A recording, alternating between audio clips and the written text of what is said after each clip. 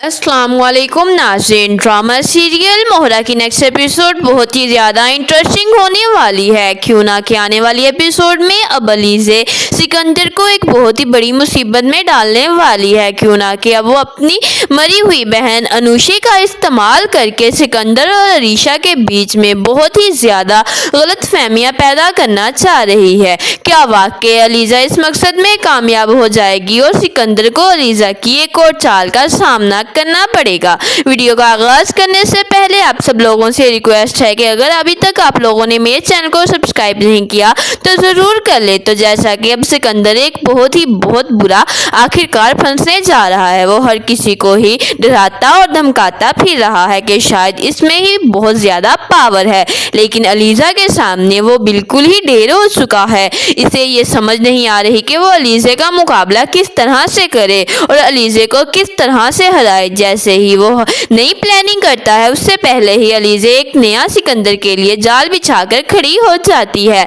सिकंदर जाकर इसमें गिरता है। अब सिकंदर जैसे ही अपनी माँ के साथ मिलकर अलीज़ा को इस घर में निकालने के लिए उसका साथ दे रहा है तो अलीज़ा को पता चल जाता है कि सिकंदर भी अपनी माँ के साथ मिल चुका है। इसीलिए अलीज़ा ने एक बहुत बड़ा जाल फैला दिया है सिकंदर के लिए कि वो अपने बाप से अलग होने की बात करे। लिहाजा अलीज़ा अपने इस मकसद में कामयाब भी हो गई है और सिकंदर बेवकूफ़ इंसान इससे अपने बाप से अपनी प्रॉपर्टी का हिस्सा मांग डाला और अलीज़ा अपने मकसद में कामयाब हो गई। क्यों ना कि अलीज़ा का मकसद ही यही है कि इसके खानदान को आपस में तोड़ना है, जिस तरह सिकंदर ने इसके खानदान को तबाह किया था।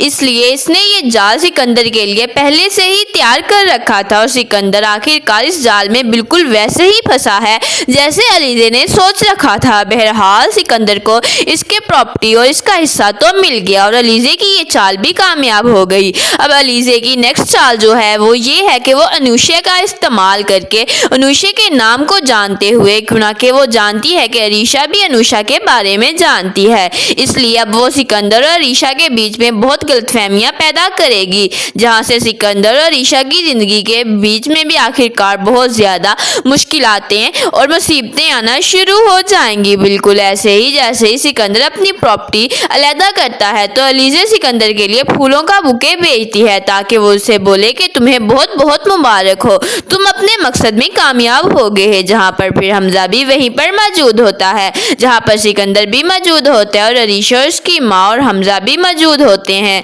हमजा जैसे ही फूलों का बुके पकड़ता है तो देखता है कि ऊपर क्या लिखा है कि तुम्हें बहुत बहुत मुबारक हो कि तुम अपने मकसद में कामयाब हो गए और नीचे लिखा होता है फ्रॉम अनुषा। जैसे ही अरीशा की आखिरकार कानों में अनुषा की आवाज़ सुनाई देती है तो अरीशा को ये पता चल जाता है कि वाकई सिकंदर अभी तक उससे कांटेक्ट में है। वो फौरी से सिकंदर की तरफ देखती है और पास खड़ी आखिरकार अलीज़ा सिकंदर से बोलती है, इसका मतलब है कि अभी तक उस लड़की से कांटेक्ट में है। तुम्हें शर्म आनी चाहिए सिकंदर, तुम्हारी शादी हो चुकी है और तुम्हारी बीवी इस बात की